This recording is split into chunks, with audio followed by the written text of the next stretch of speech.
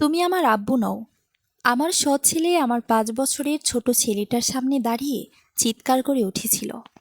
তার কথা শুনে বিকেলেই আমি তার বিলাসী জীবনের সব খরচ দেওয়া বন্ধ করে দিয়েছিলাম। ড্রয়িং রুমের মেঝেতে তখন রোবট খেলনাটা ভেঙে চুরমার হয়ে পড়ে আছে। আমার ছোট্ট ছেলে রাফসান মেঝেতে বসে এত জোরে কাঁদছিল যে ওর শ্বাস আটকে যাচ্ছিল। আর ওর সামনে দাঁড়িয়েছিল 14 বছরের আরিয়ান। আমি ভাঙা টুকরোগুলোর দিকে তাকিয়ে প্রশ্ন করলাম, কাজটা কেন করলে আরিয়ান? সে নির্বিকারভাবে কাজ ঝাঁকিয়ে বলল, কারণ ও অনেক দেখনদারি করছিল। রাফসান প্রতি রাতে এই খেলনাটা বুকে জড়িয়ে ঘুমাতো। ওটা শুধু একটা যন্ত্র ছিল না, ছিল ওর জ্যান্ত বন্ধু।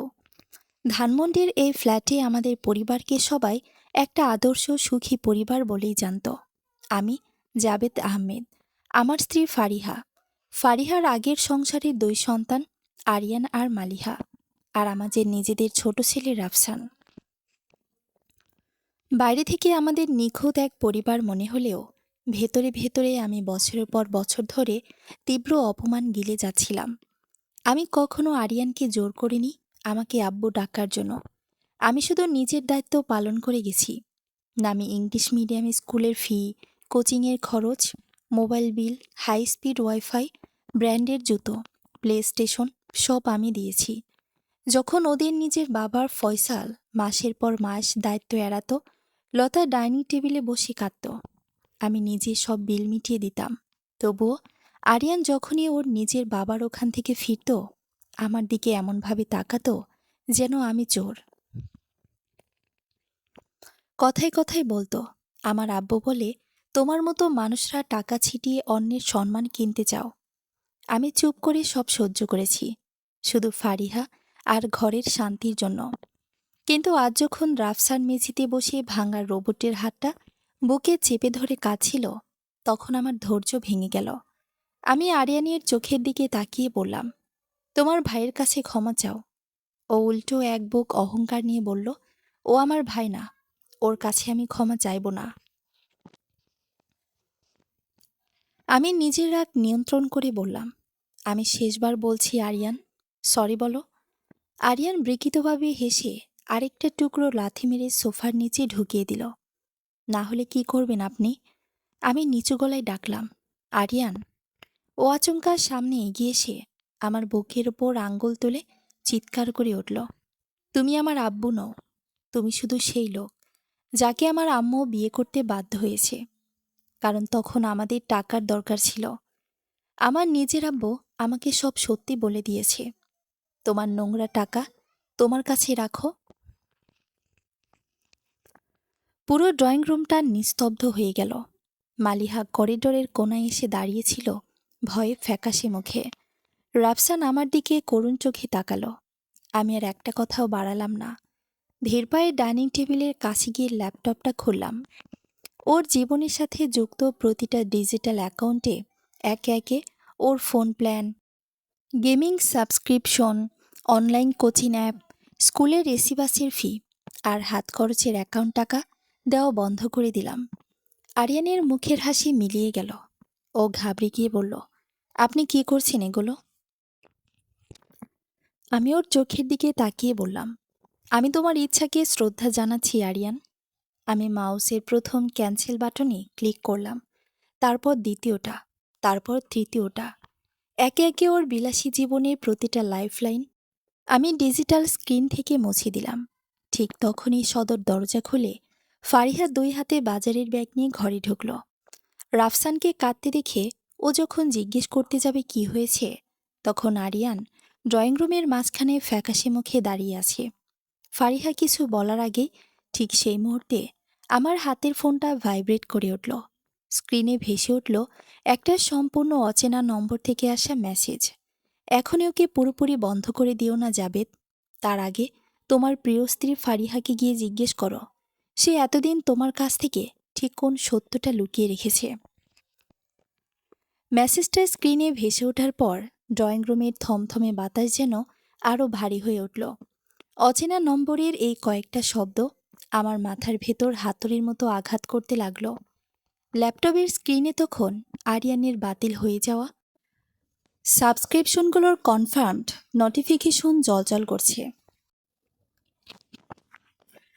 কিন্তু আমার চোখ আটকে ছিল ফোনের ডিসপ্লেতে। ফারিহা আমার কাছ থেকে সত্য লুকিয়ে রেখেছে। কিসের সত্য? কি হয়েছে জাবেদ? রাফসান এভাবে কাঁদছে কেন? আর আরিয়ান, তোমার মুখ এমন ফ্যাকাশে হয়ে আছে কেন বাবা? ফারিহা হাতের বাজারের ব্যাগগুলো ডাইনিং টেবিলে রাখতে রাখতে তাড়া ভরা গলায় জিজ্ঞেস করলো। আমি ফোনটা পকেটে পুরে ল্যাপটপটা বন্ধ করলাম। নিজের ভেতরের ঝড়টাকে বাইরে প্রকাশ না হতে দিয়ে শান্ত গলায় বললাম, তোমার গুণধন ছেলেকে জিজ্ঞেস করো ফারিহা। আজও নিজের সীমা শুধু পার করেনি, ভেঙে গুঁড়িয়ে দিয়েছে। আরিয়ান এতক্ষণ কাঠের পুতুলের মতো দাঁড়িয়ে থাকলেও তার মায়ের উপস্থিতি তাকে যেন নতুন সাহস জোগাল। সে ফারিহার দিকে তাকিয়ে চিৎকার করে উঠল, আম্মু, দেখো তোমার স্বামী কি করেছে। আমার স্কুলের বাস, কোচিং অ্যাপ, ফোন, হাত খরচ সব 1 মিনিটে বন্ধ করে দিয়েছে। সে ভাবে টাকা আছে বলে আমাদের যা ইচ্ছা তাই করতে পারে। ফারিহা চমকে উঠে আমার দিকে তাকালো। তার চোখ একাধারে বিস্ময় আর চাপা অসন্তোষ। জাবেদ, এটা কেমন আচরণ? আরিয়ান ছোট মানুষ, কোনো ভুল করলে শাসন করবে, তাই বলে ওর পড়াশোনা আর নিত্যদিনের জিনিস এভাবে বন্ধ করে দেবে? লতার থরে ফারিহার মুখে এই কথা শুনে আমার ঠোঁটের কোণে একটা তাচ্ছিলের হাসি ফুটে উঠল। বছরের পর বছর ধরে আমি এই পরিবারটার পেছনে নিজের উপার্জনের সিংহভাগ ঢেলে দিয়েছি। বিনিময়ে আজ আমিও পর হয়ে গেলাম এক নিমিষে। আমি রাফসানকে কোলে তুলে নিলাম। ও তখনও আমার বুকে মুখ গুজে ফুপিয়ে কাঁদছে। সোফার নিচ থেকে রোবটের ভাঙা পাটা বের করে ফারিহার সামনে ধরলাম। তোমার এই ছোট মানুষ ছেলেটা আজ রাফসানের সবচেয়ে প্রিয় খেলনাটা শুধু ভাঙিনি, সেটাকে লাথি মেরে সোফার নিচে ঢুকিয়েছে। আর যখন আমি ওকে ক্ষমা চাইতে বললাম, তখনও বুক চিতিয়ে আমাকে বলেছে আমি নাকি ওর আব্বু নই, আমি শুধু লোভী একটা লোক যাকে তুমি টাকার জন্য বিয়ে করেছ। আমার কথাগুলো শুনে ফারিহার মুখের রং মুহূর্তেই বদলে গেল। সে আরিয়ানের দিকে তাকিয়ে কড়া গলায় বলল, আরিয়ান, তুমি জাবেদকে এই কথা বলেছ? আঙ্কেল কেন বলছো আম্মু? আব্বু তো ঠিকই বলেছে, তুমি টাকার জন্য ওনাকে বিয়ে করেছ। আরিয়ান অবাধ্যের মতো জবাব দিল। ফারিহা আরিয়ানের গালে একটা থাপ্পড় বসিয়ে দিতেই পারত, কিন্তু সে তা করল না। সে আরিয়ানের হাত ধরে নিজের ঘরের দিকে নিয়ে যেতে যেতে বলল, তুমি রুমে চলো, তোমার সাথে পরে কথা বলছি। যাওয়ার আগে ফারিহা আমার দিকে তাকিয়ে নিচু স্বরে বলল, জাবেদ, ও তো বাচ্চার মতো কথা বলেছে। ফয়সাল ওকে উল্টাপাল্টা বুঝিয়েছে। তুমি প্লিজ অ্যাকাউন্টগুলো আবার চালু করে দাও, এভাবে তোর পড়াশোনা বন্ধ হয়ে যাবে। সে রাফসানকে সান্ত্বনা দেওয়ার একটাও চেষ্টা করল না। ভাঙ্গা খেলনাটার দিকে ফিরেও তাকালো না। তার সমস্ত চিন্তা শুধু আরিয়ানকে নিয়ে। তখনই আমার পকেটের ফোনটা আবার কেঁপে উঠল। সেই একই অচেনা নম্বর থেকে দ্বিতীয় মেসেজ। দেখলি তো, নিজের ছেলের অন্যায় ঢাকা দিতে সে কতটা মরিয়া। এবার ফারিহার আলমারির ভেতরের লকারটা একটু চেক করো জাবেদ, সেখানে একটা ডায়েরি আর কিছু ব্যাংক স্টেটমেন্ট আছে। ফয়সাল মাসের পর মাস টাকা দেয়নি, এটা সম্পূর্ণ মিথ্যা। মেসেজটা পড়া মাত্রই আমার পায়ের নিচ থেকে মেঝেটা যেন সরে গেল। ফয়সাল টাকা দেয়নি, সেটা মিথ্যা? তাহলে প্রতি মাসে ফারিহা যে আমার কাছ থেকে লাখ লাখ টাকা নিত ফয়সালের অজুহাত দেখিয়ে, সেই টাকাগুলো কোথায় গেল? ফারিহাকে তবে ফয়সালের সাথে মিলে আমাকে ধোঁকা দিচ্ছে? আমি রাফসানকে ওর ঘরে নিয়ে গিয়ে চোখের পানি মুছে দিলাম। ওকে আদর করে ঘুম পাড়ানোর চেষ্টা করতে করতে আমার নিজের ভেতরটা অপমানের আগুনে পড়ছিল। রাত তখন 11টা। পুরো বাড়ি নিস্তব্ধ। ফারিহা আরিয়ান আর মালিহাকে খাইয়ে নিজের ঘরে এসে ক্লান্ত হয়ে ঘুমিয়ে পড়েছে। আমি ড্রয়িং রুমের অন্ধকারে বসেছিলাম। এবার সময় এসেছে সত্যটা জানার। আমি ধীর পায়ে আমাদের বেডরুমে ঢুকলাম। ফারিহা গভীর ঘুমে আচ্ছন্ন। আমি সাবধানে ওর ড্রেসিং টেবিলের ড্রয়ার থেকে লকারের চাবিটা নিলাম। আলমারিটা খুলে লকারটা খুলতেই আমার হাত কাঁপছিল। ভেতরের ফারিহার কিছু গয়নার পাশাপাশি একটা নীল রঙের ডায়েরি আর একটা ফাইলের তারা দেখতে পেলাম। ফাইলটা খুলতেই আমার চোখ কপালে উঠল। ওগুলো একটা জয়েন্ট ব্যাংক অ্যাকাউন্টের স্টেটমেন্ট। অ্যাকাউন্টটা কার কার নামে জানেন? ফারিহা আহমেদ এবং ফয়সাল চৌধুরী। গত 2 বছর ধরে প্রতি মাসে সেই অ্যাকাউন্টে ফয়সালের পক্ষ থেকে মোটা অঙ্কের টাকা জমা হয়েছে। অথচ ফারিহা প্রতিবার আমার সামনে এসে কেঁদেছে যে ফয়সাল 1 টাকাও দিচ্ছে না। আর আমি বোকার মতো নিজের পকেট থেকে আরিয়ান আর মালিহার সব খরচ জুগিয়েছি। আমি কাঁপতে কাঁপতে নীল ডায়েরিটা খুললাম।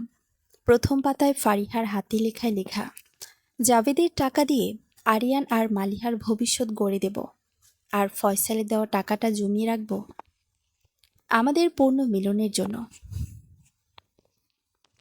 জাভেদ তো শুধু একটা মাধ্যম। আমার নিঃশ্বাস বন্ধ হয়ে আসছিল। চোখের সামনে সবকিছু অন্ধকার হয়ে গেল। আমি যার জন্য নিজের জীবন, নিজের শান্তি বিলিয়ে দিলাম, সে আমারই ঘরে বসে আমার পিঠে এত বড় ছুরি মারছিল।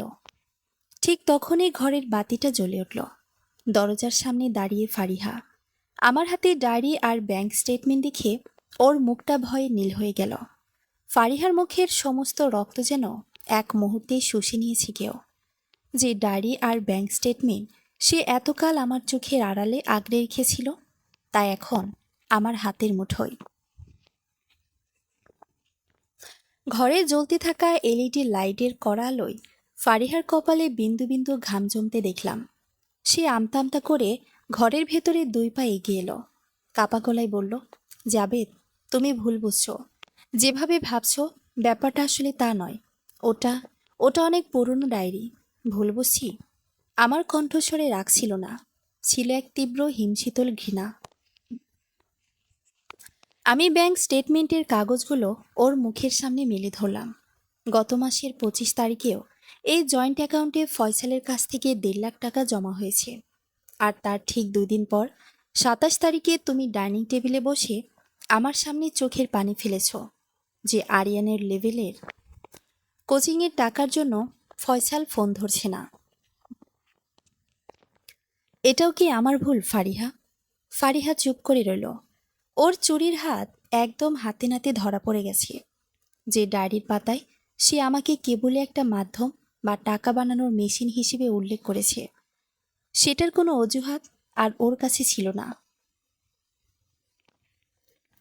আমি ডায়েরিটা ঢপ করে বিছানার উপর ছুঁড়ে ফেললাম। আমি তো কোনোদিন ফয়সালের খোঁজ নিতে যাইনি। ও ভালো আছে না মরে গেছে তা জানার আগ্রহ আমার ছিল না।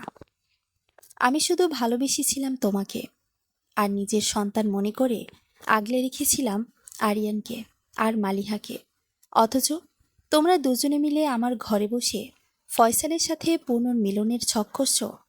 আমার টাকায় সন্তানদের ভবিষ্যৎ বানাবে আর নিজের প্রাক্তন স্বামীর টাকা জমিয়ে রাখবে। ফারিহা এবার আচমকা আমার পা জড়িয়ে ধরতে গেল। ফুপিয়ে কেঁদে উঠে বলল, আল্লাহর দোহায় জাবেদ, এত জোরে বলো না, বাচ্চারা জেগে যাবে। আমি স্বীকার করছি আমি ভুল করেছি, কিন্তু ফয়সালের কাছে ফিরে যাওয়ার কোনো ইচ্ছা এখন আমার নেই। ওটা আমি আবেগের বশে লিখেছিলাম। ফয়সাল আমাকে হুমকি দিত, তাই ওর সাথে অ্যাকাউন্ট সচল রাখতে হয়েছে। আমি এক ঝটকায় নিজেকে ওর থেকে সরিয়ে নিলাম। এই কান্নার পিছনে কোনো অপরাধ বোধ নেই, আছে কেবল নিজের বিলাসী জীবন হারানোর ভয়। আর একটা মিথ্যাও তোমার মুখে আমি শুনতে চাই না। আমি পকেট থেকে ফোনটা বের করলাম। সেই রহস্যময় অচেনা নম্বরটার দিকে তাকালাম। এই লোকটাকে যে ফারিহার লকারের খবর পর্যন্ত রাখে। আমি ওই নম্বরে একটা কল দিলাম। ড্রয়িং রুমের দিক থেকে একটা চেনা রিংটোন বেজে উঠল। ফারিহা আর আমি দুজনেই চমকে উঠলাম। ফোনটা হাতে নিয়ে ধীর পায়ে করিডোর দিয়ে ড্রয়িং রুমের দিকে এগোলাম।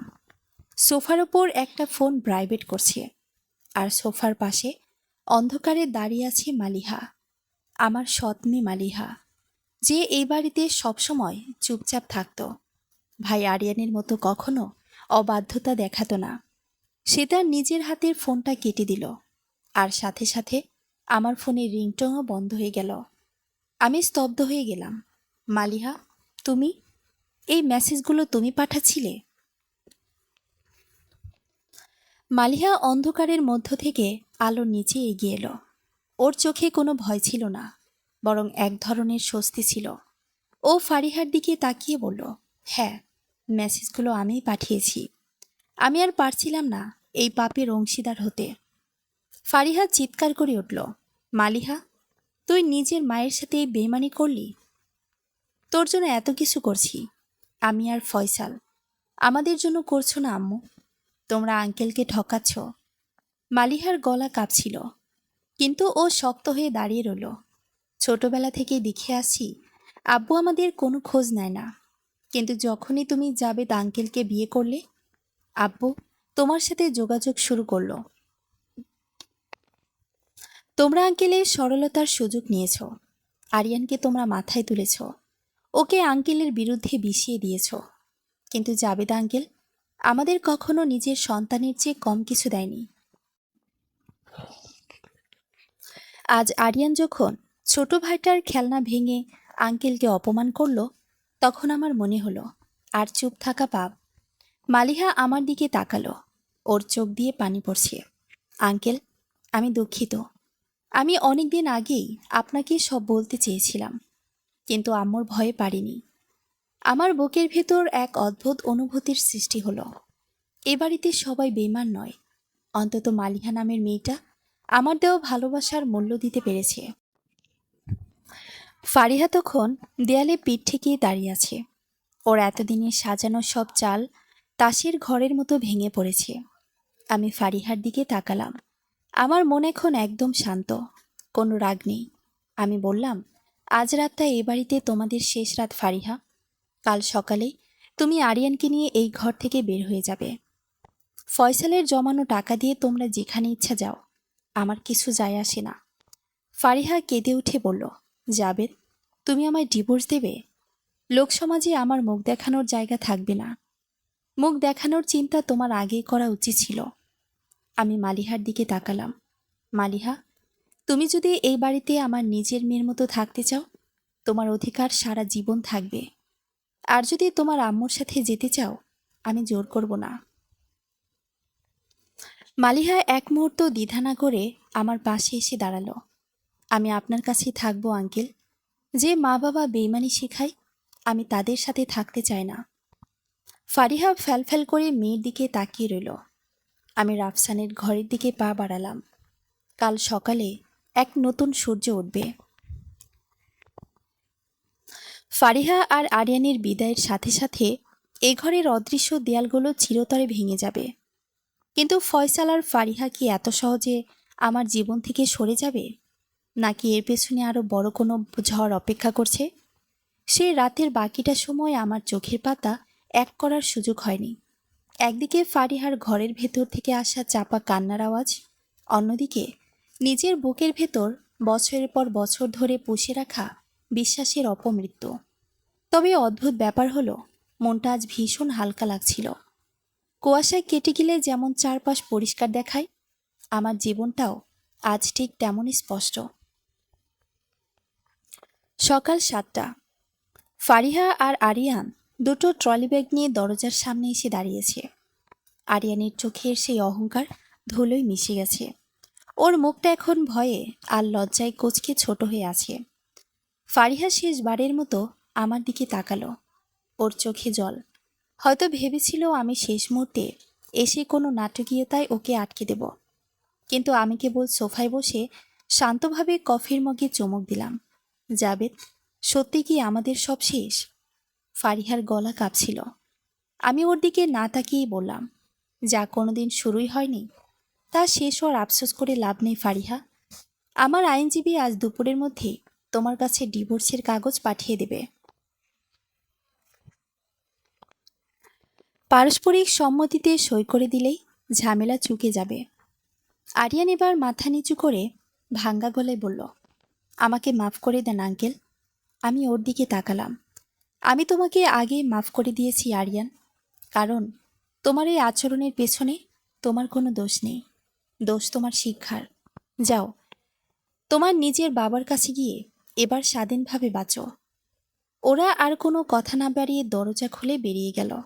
লিফটের দরজাটা বন্ধ হওয়ার শব্দ হতেই মনে হলো আমার কাঁধ থেকে মস্ত বড় একটা পাথরের বোঝা নেমে গেল। ঠিক 1 ঘন্টা পর ফ্ল্যাটের কলিং বেলটা আবার বেজে উঠল।